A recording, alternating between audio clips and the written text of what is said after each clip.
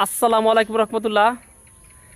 ইসলামী আন্দোলন বাংলাদেশের কর্মী যারা আছে তারা আজকে এই যে আসসালামু আলাইকুম, আপনি কী দায়িত্বে আছেন?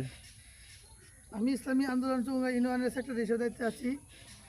আলহামদুলিল্লাহ, ওনার চৌগাঙ্গা ইউনিয়নের ৪ নং সেক্রেটারির দায়িত্ব হিসেবে আছে।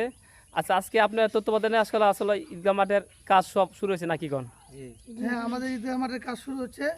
আমাদের এলাকার সন্তানদেরকে নিয়ে আমরা সকাল থেকে প্রায় ফজরের পর থেকে মাঠের কাজ আমরা করতেছি। আচ্ছা, আপনারা যে এখানে কাজ করতেছেন তো কি পারিশ্রমিক নেবেন নাকি আপনারা? না, আমরা কোনো এইসব ছেলেমেয়ে কোনো পারিশ্রমিক নিবে না। আলহামদুলিল্লাহ, ঈদগাহ মাঠের কাজ যে সকাল থেকে আসলে আমরা কাজ করতেছি সবাই মিলে। এই যে ইসলামী আন্দোলনের দায়িত্বশীল সেক্রেটারি সাহেব ওনা কিন্তু সবসময় আছে, আবার থাকবো ইনশাল্লাহ। আমরা এখান থেকে 1 টাকাও পারিশ্রমিক নেবেন নাকি কন? আপনারা ভিডিওটা একটু বেশি বেশি শেয়ার করে দিবেন যাতে অন্য ভাই থেকে ঈদগাহ মাঠের কাজের আগ্রহ বাড়ে ইনশাল্লাহ।